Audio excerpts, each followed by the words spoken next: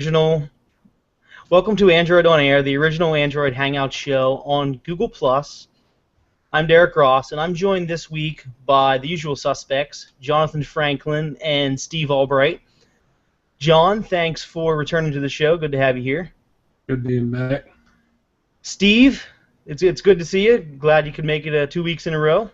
Yeah, this is episode 2 for me, so I'm very excited. Yeah, and for the rest of us, this is kind of like episode 76, minus our 10-month hiatus. So Steve and John are with me tonight, but unfortunately Dan couldn't make it because he has to do some work, make some money, and Scott's probably still making his bed from like a year ago. So Scott's not here. All right, so let's get started with episode 76 of Android on Air. So let's talk about some rumor roundups. I/O is coming in the next 2 weeks. So, the web is filling with all sorts of rumors and reports and exclusives about what Google will supposedly launch and announce here in 2 weeks. So we got a couple things to talk about this week. We're going to talk about something about paper. We're going to talk about some Greek gods and goddesses. And then we're going to talk about Google and fitness. All right, so John, let's get started with the first rumor of the night. Yeah, the latest, and this came in a post today from Android Police, is what's being called quantum paper. And from the appearance of it is that Google's aim is to unify from like a code and a visual interaction standpoint and motion, Chrome, their web, Android, and potentially even iOS.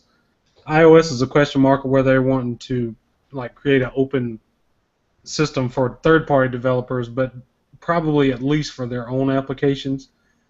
We've seen over the last couple of months, you've seen leaks from Geek when they had Gmail and Calendar with a new UI that people were going over, and you're seeing with the new Google Plus app and parts of the I/O 2014 app that some of the visual elements are changing. You can go to Google's Keep mobile and desktop in the Chrome app and see a lot of this as well. And at the backbone of that's Polymer, which was talked a lot at I/O 13. And Polymer is kind of aimed at having web assets that are predefined, you can customize and use elements in Google's web components to cover desktop and mobile all together pretty easily. And now you got I/O 2014, which is scheduled to have a lot of talks about cross-platform design, visually interaction and motion, and getting really good performance out of mobile web in general with Polymer as a background. And then you can go to polymerproject.org and also see what Polymer covers there. But it seems like a big focus this year is trying to get a unified framework and a kit that developers can tap into to develop for Android and the mobile web. And I would guess that Google's mobile applications on their websites would tap into this too, but you will be at 2014 I/O, so you can see a lot of these talks yourself, Derek. But yeah, you know what? I'm excited to have Google unify all the things. I'm a big fan of applications no matter what platform you're on. If you're on the web, if you're launching a Chrome app in Chrome OS, or you're using Android, for having the same visually pleasing experience from one app to the next. So you can be on your phone and get home and open up your Chromebook, or later that evening you're on your desktop and then you open up a web app. Have it all be the same experience and look very similar. It doesn't have to be 100%, but have it, obviously because screen sizes are different, from one to the next, but they should adapt to the size of the form factor and the size of the screen, but they should be similar that you shouldn't be lost if you're brand new to said application going from one to the next. You should seamlessly be able to do it. So being able to unify application code and visualizations, like you said, that's going to be great for the entire Google experience. And I really think that's almost what they're really trying to hit home, saying that all their applications, no matter what platform of theirs that you're using, it's all going to be the same, and it's all going to look the same, it's all going to function the same and act the same. And new people that are just now getting into Android or the web are going to be able to go from one platform to the next and not have to be confused or not have to, say, how do I do this on this? It looks similar, but it's not similar. But that those type of mentalities and thoughts are going to go away. It's just going to be a lot simpler. And besides, who doesn't like things that look pretty? Having cosmetics are huge. Having a nice, pretty, flat and clean, simple UI across everything. I'm excited. I'm a fan. Steve, you're a designer. What do you think from a development standpoint? What do you think of Quantum Paper? What you've looked into and what you've heard of so far? Well, it's very interesting because the comments I read, you just read about people love it or hate it. It's not, I don't see any people that are in between. I personally am on the fence. I think it's going to be more of how developers introduce that UI to the user. So like you can make something look like that, but how does it work? And like the visual aspects of the animation between different things to kind of trick the user that your apps are snappy and stuff. You don't want to have a really pretty UI and then have nothing to back it up. And I think the way Google kind of presents that for developers to use is a big thing. And I agree. It's actually going to be interesting to see how Google uses it, because as we all know, they seem to be all over the place in all their apps, and they're slowly getting on board. They don't really. You follow the same like Hollow guidelines from app to app. It's like 90% Hollow or something like that. Then it has like Google's own way of interpreting it, depending on which team member designed the app. We're gonna have a menu this way. We're gonna have lines separating the navigational items, boxes, or we're not gonna have boxes. Or we're gonna have help is one icon and feedback is another, or is it gonna say help and feedback? Just similar. I feel like they introduce something in a new app update, and then all the developers jump aboard, and then they release an update for another app, and then they switch gears. It's just like by the time everybody gets on board, they're ready to do something else, right? And actually. What? I've seen a lot of comments, people complaining that Quantum Paper isn't very hollow. Saying, oh well, it doesn't look like the Hollow UI. How can Google do this? They're going against the guidelines. Well, seeing as they're in charge of the guidelines, they're allowed to update, change, amend the guidelines to make them whatever they want. So, the guidelines is like a living document. They're allowed to do whatever they want to it. It does raise a question, though, because Matthias Dward had already said that design was a big focus for I/O. So, Hollow really started with Honeycomb. Ice cream sandwiches where we really saw it in phones because Honeycomb wasn't widely adopted. But we're talking 3 years ago, and we'll just say that Hollow wasn't exactly as quickly adopted as we would have liked for it to have been. But how is Google going to, if they do come out with a new redesign and a new set of guidelines, what are they going to do different now as far as enforcing it or giving tools to developers compared to what they did back then? Because currently it's kind of like suggestions, but they're not so much guidelines. It's really code. Are they going to give something that's really compelling that makes developers want to jump on board? And I think. Oh, go ahead, John. Sorry. No, I just at I/O or that the next Android release or whatever. Winter. I think that's always been the issue. How do you get your apps to all look and function in a similar fashion if your developers are free to really do whatever they want? So how can you enforce these guidelines and how can you enforce a common UI? And really I'm going to say it's going to be guys like us that when an app gets released, let's say, I don't know, from Amazon to play music, and it kind of has a Hollow-esque to it and a Gingerbread-esque to it in the same application, where all the dialogue boxes are Gingerbread and the rest of it is Hollow. It's up to us to carry our flag into battle and yell and talk loudly and say this is bad and your app is bad, you need to fix it. I don't know of any other way besides that. True. All right. So let's move on from Quantum Paper. Every time I see Quantum Paper, I want to say like Quantum Leap. I loved that show as a kid. That was I always wanted to know when he was going to leave home.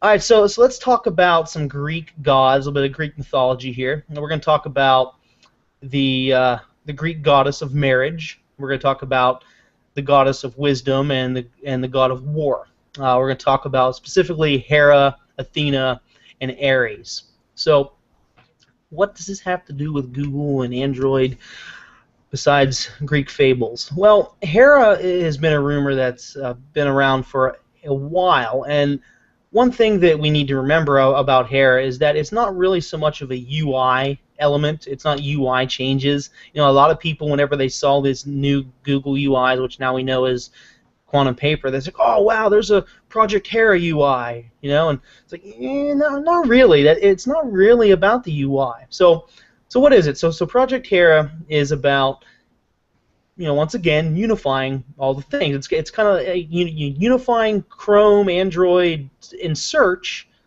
in a seamless fashion where you're bringing tasks together across all the platforms. So chances are you'll see Chrome and search actions and tasks show up in Android in your recents menu. So if I don't really have too many examples about that, but if you're, I don't know, maybe composing an email, let's say in Gmail on Chrome, then you pop over to your phone, maybe you'll be able to resume composing that email directly, from Android.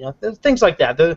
There's a way to unify actions and tasks across Google's, across search as well as Google's operating system. So it's more seamless and and works together and plays nicely. But so right now, so we have Hera, but there's also snippets of code in the Chromium project that are talking about another Greek god, and that's or goddess. I'm sorry, a goddess. That's Athena.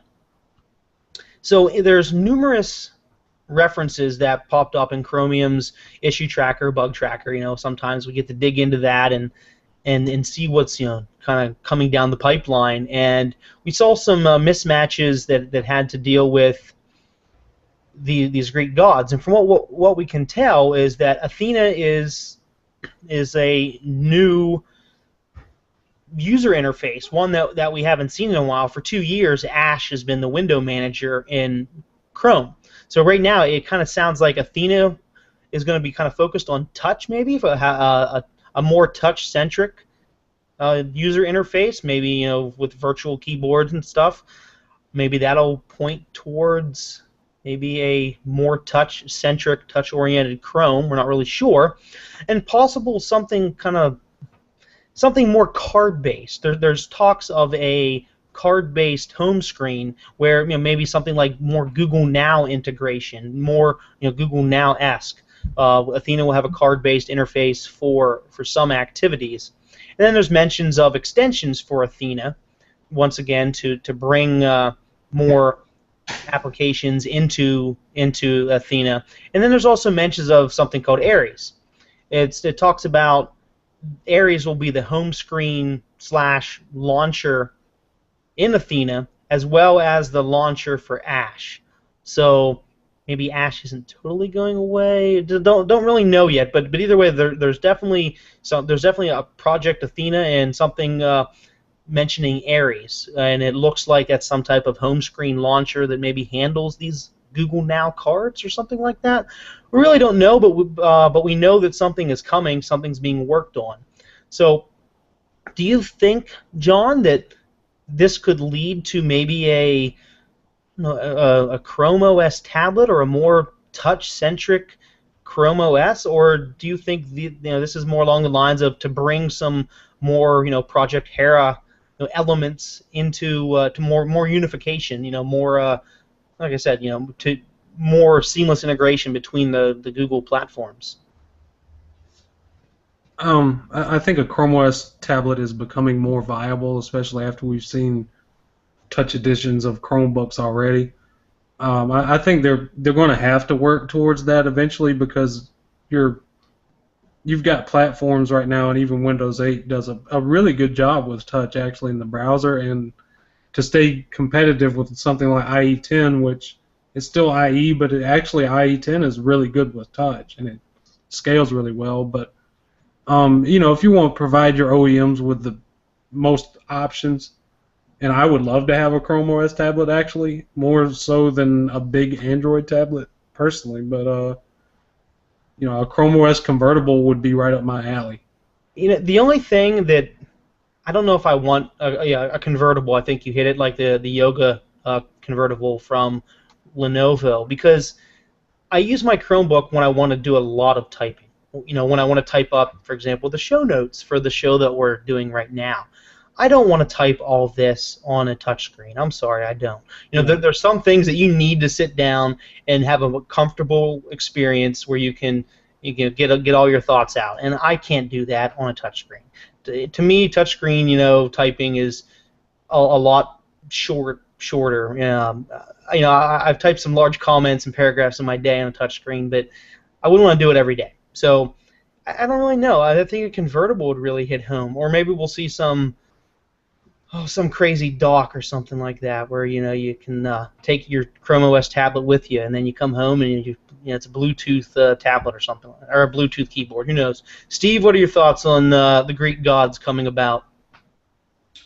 I mean, it's interesting because they seem like they're all over the place, and it's some of that code that you see popping up might just be experimental code and not really any plans to do anything. So there's lots of ways and directions they could go. I mean, you got some major projects in play: Android, Chrome. You've got Chromecast to think about too, and how they all work together. And if I could have a Chrome OS device, I think I'd use it in the house and I'd share it with my family. So it'd be like a device that would be able to control, all the home automation and communicate with Chromecast and things like that. Because I hate giving up my phone to do something that works with the TV or something like that. And in my life, I don't really have much play for another device. I don't use tablets a lot, other than testing my apps, but that's about it. And that's just because I'm always on my computer doing work, or I'm on my phone doing, minimal work with like emails and stuff, or playing games. But maybe it's just me. But a device that's like an in between, I don't really have a use for it unless it's like a community device. And I really think that they're going to be going towards, more touch in Chrome, and there's going to be a lot of voice integration as well, and just not touchscreen navigation stuff. I mean, voice is the future. I think it's just how to adapt that technology to our everyday lives to work well. So let's go down a rabbit hole over here. So Android Wear is a very Google Now centric operating system. From what we've seen from screenshots from the leaked system dump of the LG G Watch I posted like a week ago, there's a lot of cards very Google Now centric. What if Athena is bringing this very Google Now centric, Android Wear-ish looking UI over to Chrome OS? What if that's what the card references mean? So we're gonna, I don't know. Anyways, we'll leave that up to the blogs to write that up as fact. All right, so let's talk about a brand new report that just came out right before we went live. That kind of dates back to a few months ago, whenever we heard about an Android Fitness API. Well, it looks like that's actually going to be a thing if Forbes is correct on their exclusive. So, Steve, tell us a little bit about Google Fit. Right. Well, Google Fit is, very similar to what Apple just released or introduced, which is the HealthKit API. This is Google's take on it. The question is, and Forbes said that Google wasn't there, around to comment on it, and it was just released not too long ago before the show started. But the vague information is it's going to be open APIs that allow fitness apps and hardware to communicate with a cloud server, and you can store data on the cloud server. Apple, it's pretty much the same as what Kit offers. So I don't know if it's Google playing catch up here, or Apple sort of ruined their plans for I/O to release something like this. It just seems weird that they both came out with an API like this at the same time. But it is very relevant. So it could be a total coincidence that they both came out with something like this. I'm hoping that they're not going to be rushing Google Fit, because it could lead up to a lot of potential. And I know that Apple's main objective was, in the long run, that they want to be able to publicly store like all of your health records, and then say, let's say I, went fishing with my son and ended up, tearing out my whole arm out of socket and ended up in the hospital. I can just pull out my mobile phone and give the doctor authorized access to my X-rays from a previous doctor visit or something. Maybe a hunting trip or something. But so that would be huge, because right now it's a huge pain to transfer those kind of documents. So that's what Apple was mainly focusing on, I think. And I'm not sure if Google's focusing on that, because you go back to when Google had that Health, and I actually used that service for a little bit. Google Health, it just kept track of your, you gave it access to some of your records and you linked some accounts. It didn't do too much when I first tested it, but I was on board. Google has everything else about me, so they might as well have my health benefit. They probably already know everything about my health. So, I think it's what's interesting about this. I think a lot of people didn't want that to be tracked, so that's an interesting privacy issue too.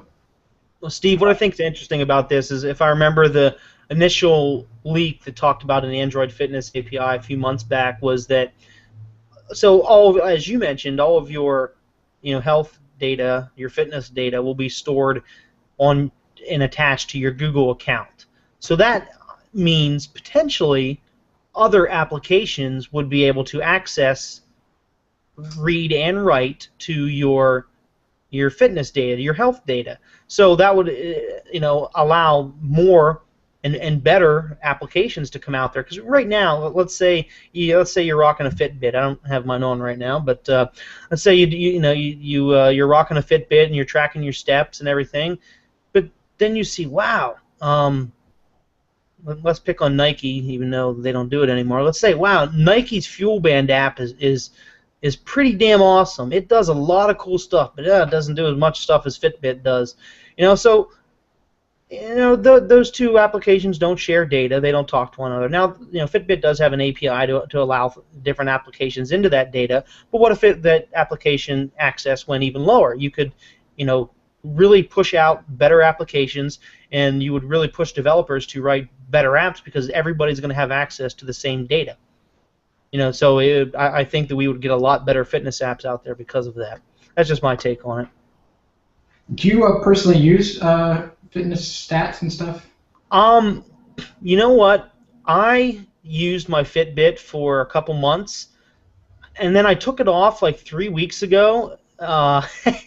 When I was doing something, I took it off, and I think I was making dinner, and I didn't want to get chicken guts or fish guts or something, all over it. So I took it off, and it's been sitting in my kitchen for probably 2 or 3 weeks. And I see it there every day, and I'm like, I really need to put that back on.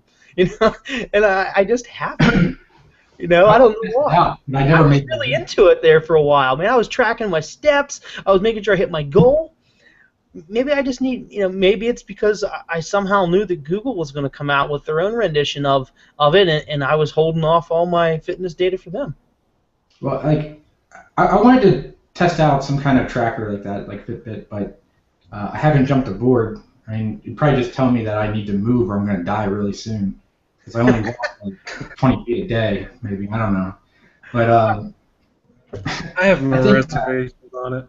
You take it one step further. What's Google working on? They're working on contacts that have LED displays that can be tied into health for diabetes patients that would have an LED. So if it detects high blood pressure or whatever the technology does, then It gets tracked. It goes into your health records, and you can give that access to your doctor right from your mobile phone. I mean, essentially, that seems really great. I mean, there's privacy concerns and everything, but if you're Yeah, I mean, a there's doctor, a you lot of probably HIPAA want to give them that, compliance there.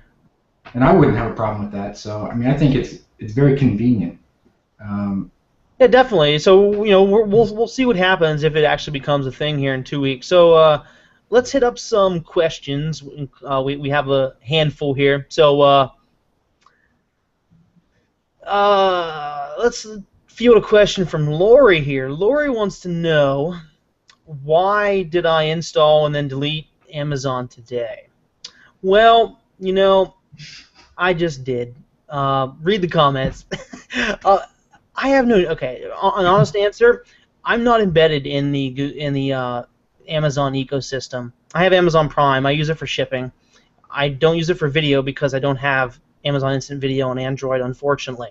So, I don't use Amazon Prime besides shipping. I don't use their video. Rarely use their video, and I don't need to start using their music app because I'm a Google ecosystem kind of guy. I already pay $7.99 a month for it. It has a whole lot better music, and the application is seamlessly easy that a child could do it. I remember you saying that you actually had trouble figuring out how to play a song. Yeah, I'd like to think that I'm a tech-savvy guy. I don't know. I thought I was, but it took me like 2 minutes to figure out how to play a song after I added it to my library. And that's pretty bad. And I'm talking about the web interface here, not the app. So if I couldn't even figure out the web interface, I just gave up on the app. I mean, the new app looks a whole hell of a lot better than the old one. The menu button of shame is no longer there. But anyway, so yeah, that's me. That's my opinion. If you're in the Amazon ecosystem, it's probably awesome. I'm not, so I don't need it. Right, so Well, I still think Spotify and Play Music are the better of the streaming services right now, anyway. If you're on Android. All right, so let's field another question by Lori again. Lori wants to know if we think that Google will buy Fitbit or another competitor. Well, Apple is rumored to have Nike be making their fitness wearable, and that's why they closed their production division down for the fuel. Who knows if that's true or not? But I could see Google partnering with an OEM to make a fitness band. I wouldn't see them buying something. I don't know. They like to buy. But what do you guys think? Possible? Yes? No? Anything's possible after they partnered with Dr. Dre. I'm talking about Google here, but yeah. Oh, you're talking about Google. I thought you meant Apple and Nike. Yeah. So will Google buy a fitness company or they'll just partner to make a band or something like that? I'd actually like to see it built into an Android Wear watch, so you don't need to wear a fitness band and a watch. Why can't it do? I'm not sure they want to get in that business. I think they're probably more in the business of getting integrated with those partners, and they sort of, if they do, they probably go down the line of what they do with Motorola. They buy it and turn it around and sell it. But I don't see that need for that kind of turnaround. I don't think they want to get into like producing hardware like that. It's too much overhead on their part, and they can make a lot more money doing other things and working with those partners. So I don't know what the angle would be for them to do that. And Eric Richardson, a fellow developer friend, wants to know if what are the odds? He says, what are the odds that Google Fit will be just like Apple's Health Kit, except it won't be arbitrarily limited to just 14% of the world's smartphone market. Yeah, I'm assuming that's right too. Why would you do that? Oh, because it's Apple. So let's. Man, we got a lot of questions. So Motorola purchases Basis. Don't know if Basis stays with Motorola or Google. I'm not really sure. What's Basis? Anybody know what Basis is? No, I didn't hear about that. Yeah. So Patrick Patrick wants to know about the future of the Nexus line, Project Tango, and the future of Glass. Well, I'm gonna say the future of the Nexus line. We don't know. supposedly it's morphing into an awesome thing called Android Silver. We won't know for a while, most likely.